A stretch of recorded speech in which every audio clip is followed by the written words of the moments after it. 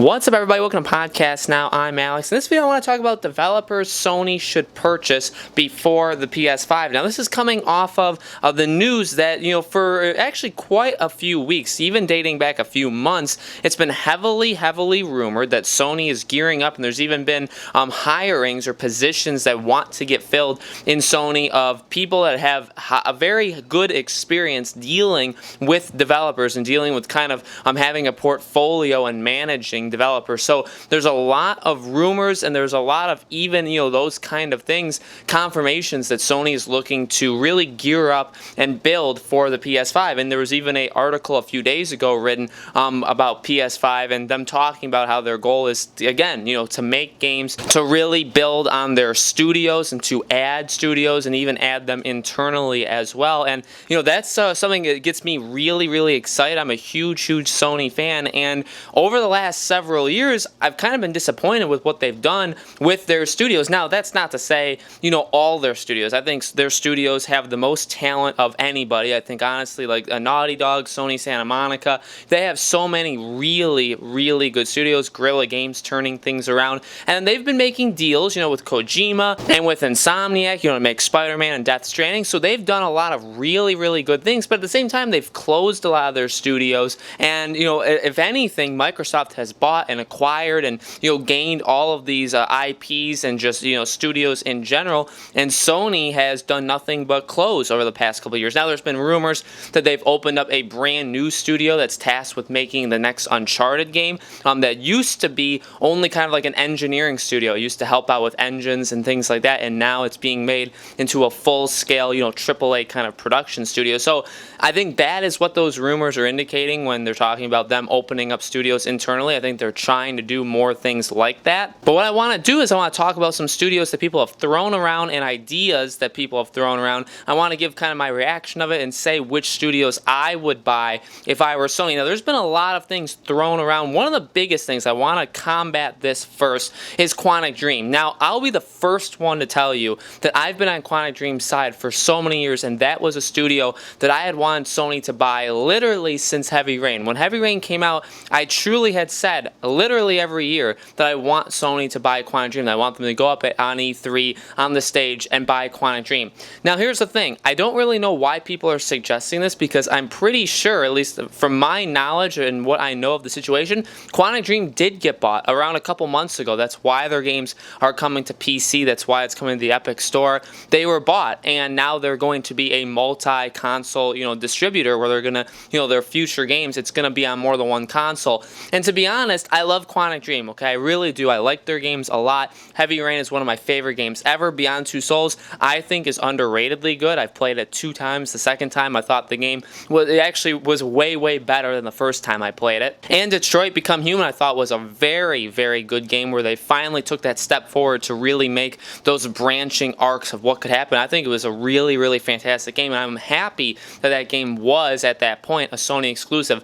But since then, Quantic Dream has been, or really over the past couple years, I'd say 3 years, Quantic Dream has just been a studio that I've kind of just said, you know what, it's okay. We don't need you to be a first-party studio. And honestly, and it's nothing against David Cage, it's nothing against Quantic Dream, I feel like that's what Sony's done, that there probably was, and there were rumors that they were going to buy them. So I think there was a pretty big push to buy Quantic Dream back in the day, or probably talks, and over the past couple years, Sony's probably said, you know what, we feel very comfortable just doing these one-game contracts and allowing you to continue to make, and giving you the funding and making sure that you're able to make your games. And hopefully Quantic Dream appreciates that, because again, Sony allowed them Heavy Rain, Beyond Two Souls, Detroit, and so I think they played their part. And I think with every game, it's just like, you know what, they don't sell all that well. I mean, I think they do sell. Detroit Become Human sold over 2 million copies. That's a really good amount, but it's not the highest amount in the world. Even Days Gone sold over 3. So it's kind of just a thing where you say, all right, well, we've enjoyed our time. We're still going to have,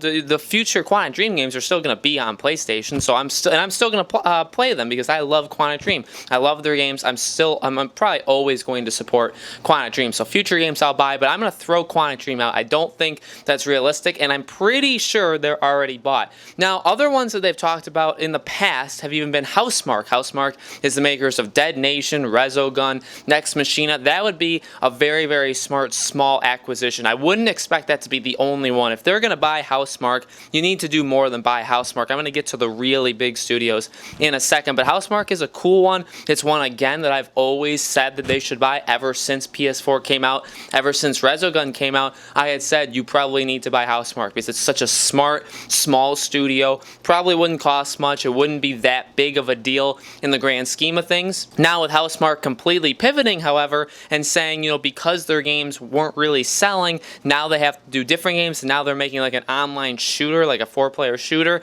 Maybe again, Sony's looking at it and saying, well, we liked kind of those niche, smaller games that you were making, those arcade games. You're the best in the world, and I truly believe that they're the best in the world at those games. Maybe, if Sony bought them, maybe they could go back to just making those games. I would like that. I would honestly like Sony to buy Housemarque, but that's not the top of the list. The top studios, I believe, that could be in the running to be bought and that Sony should really take a look at are these 3 studios: Insomniac Games, Remedy Entertainment, and Kojima Productions. Now, all 3 of them come with their own things, so let's go through them in reverse order. Kojima.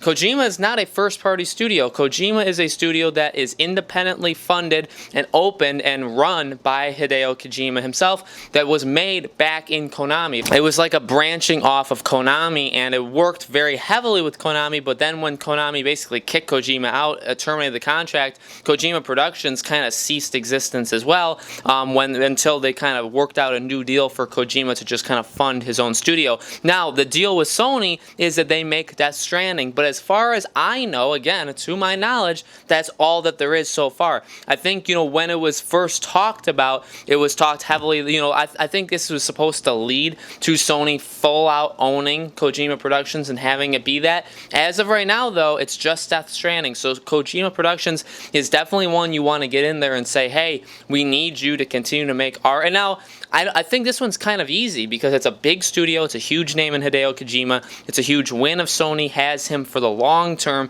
and he's got very good history with Sony, dating all the way back to the early Metal Gear games. And now obviously with Death Stranding, it just makes sense that someone with his vision, somebody that makes the weird and strange and wacky games that he does, it would make sense that that's connected to PlayStation and that Sony can offer him the support and the ability to just make those games and to take your time. We know Sony is really good with communication with developers.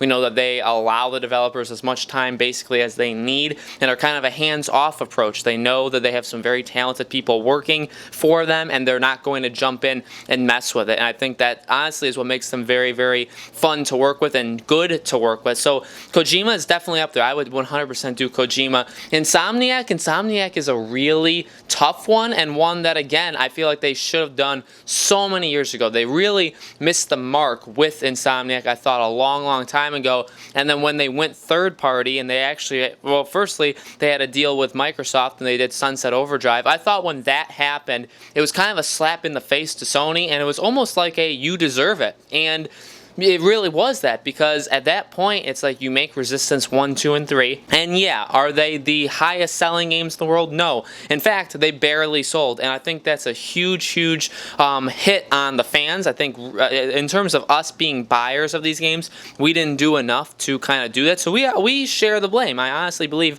we share the blame because Resistance, in my opinion, is one of the best first-person shooters on the planet. And in terms of a trilogy, one of the strongest trilogies ever made. I 100% believe that in my heart, and it just sucks that those games, especially 3, did not sell at all. So at that point, if you're Insomniac, of course you're going to try something else. You're going to publish games on all consoles. You're going to publish games on Microsoft. Maybe they'll sell better. I mean, what else can you do?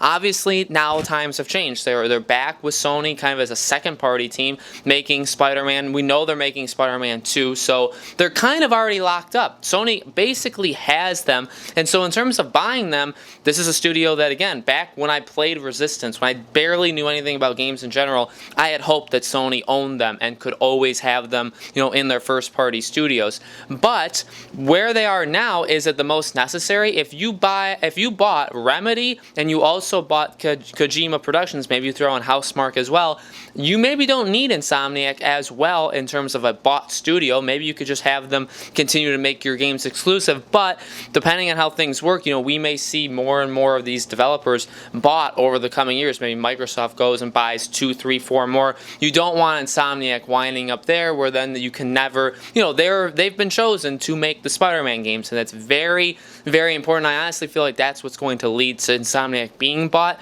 Spider-Man is a very, very high-selling game. It's a very, very popular game. It's going to be one of the signature games on the PS5 going into the PS5. Same thing with Death Stranding and Kojima. You want Kojima to make the next, the next game he makes is going to hopefully be an exclusive on the PS5. You want that. That's something that you want to happen. So that's something that you really need to look at. And I think Insomniac is a very, very high possibility, and it's one I've wanted them to do for a while. And then Remedy. Remedy are the ones that have made Alan Wake and also Control. Now, there's been a lot of things written about them over the past couple days. Even yesterday, there was the breaking news that Microsoft had given them back publisher rights, or they had acquired publishing rights for Alan Wake. So now they control Alan Wake. It's not Microsoft's anymore. It's Remedy. And we also know that Control is coming out on all consoles anyway. So I think, and I've seen this, and this isn't really a studio to me that jumps out, but I've seen a lot of people write and talk about Remedy in that they really are kind of a studio that jumps out at you that Sony could take. They kind of make those kind of games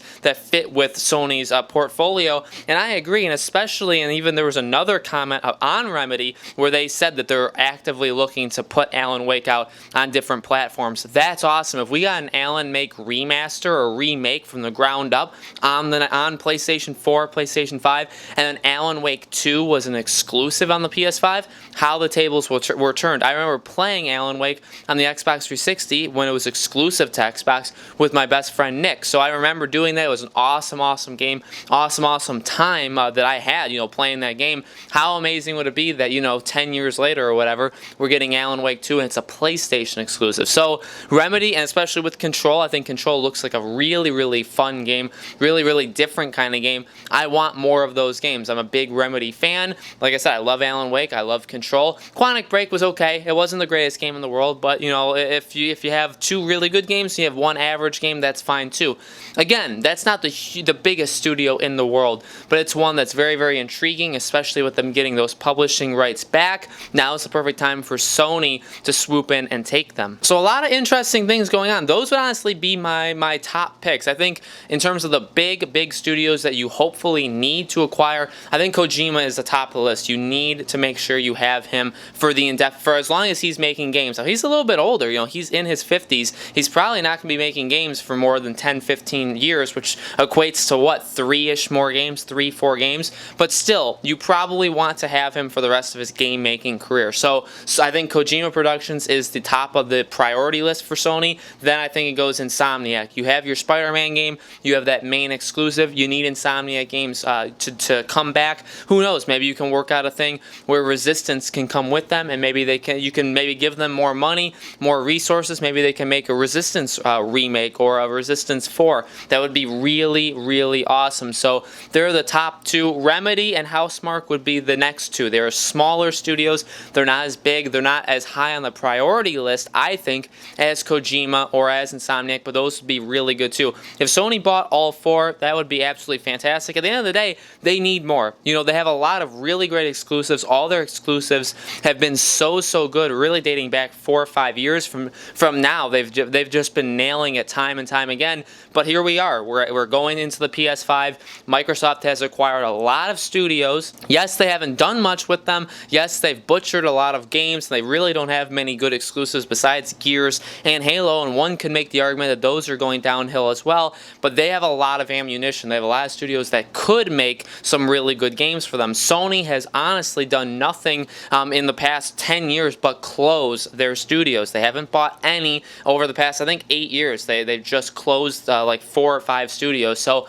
now is the time where I think they need to start rebuilding and get more studios under their belt. So guys, let me know in the comments below, what do you think? Which studios do you think think Sony will acquire? Which studios do you want Sony to acquire? Did I leave some off that you think could be good ideas? Let me know. Definitely an interesting topic and one that's really, really fun to predict. So let me know. Make sure you guys subscribe to our YouTube channel, Podcast Now. Hit that bell icon. And thank you so much for watching, as always, and I hope to see you on the next video.